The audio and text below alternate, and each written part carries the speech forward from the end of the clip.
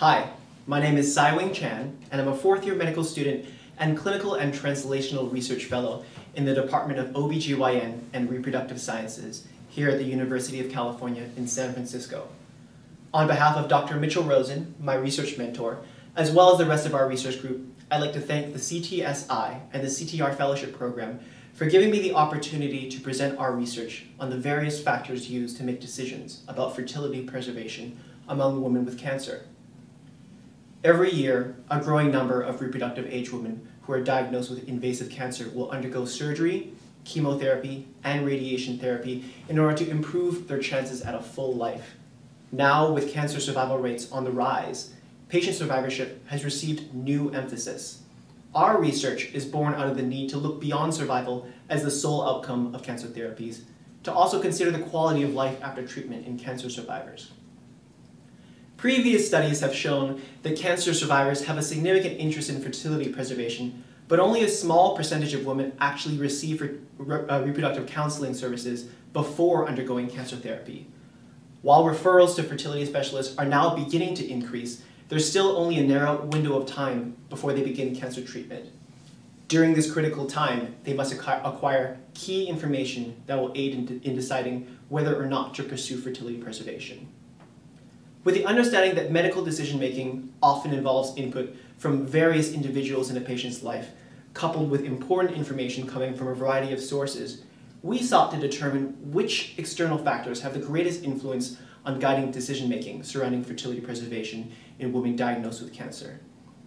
To answer this question and many others, we designed a prospective study in which we administered patient surveys at 4 key time points: before consultation with a fertility specialist, immediately following that consultation, a few weeks later when they've made a decision whether or not they want to preserve fertility, and finally, after completion of cancer therapy.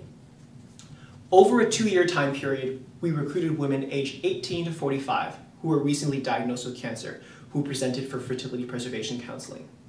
At the 3rd time point, we asked these women to rate how much certain individuals in their life influenced their decision regarding fertility preservation, as well as the influence of different types of information sources, using the categories a lot of influence, some influence, a little influence, and no influence at all.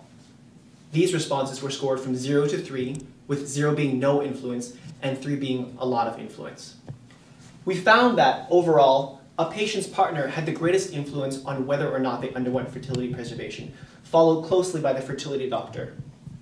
If a patient was single and did not have a partner, the fertility doctor has the greatest influence. Other individuals who had a moderate amount of influence included the patient's oncologist and family members. Of least influence were a patient's spiritual leader, psychologist or social worker, and primary care doctor. However, when we separated out the influence of a patient's fertility doctor among those that underwent fertility preservation and those who did not, we found a significant difference in the mean influence. In fact, among those that underwent fertility preservation, the influence of the fertility doctor was even higher than that of the patient's own partner.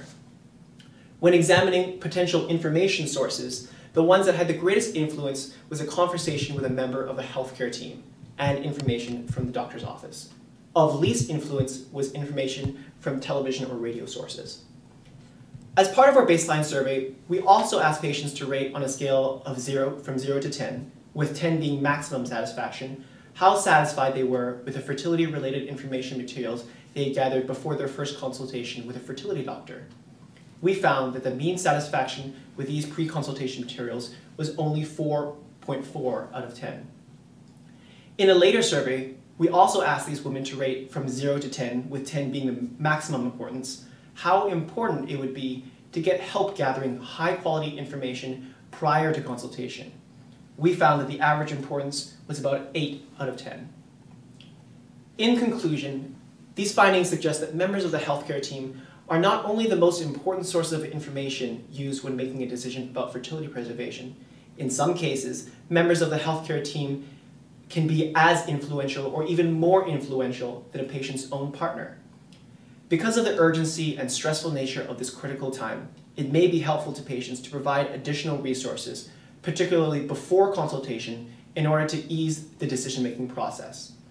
In order to ultimately improve patient care, future research should focus more broadly on patient satisfaction with a process by which they arrived at their decision, targeting potential areas of improvement where materials such as personalized decision aids may be beneficial.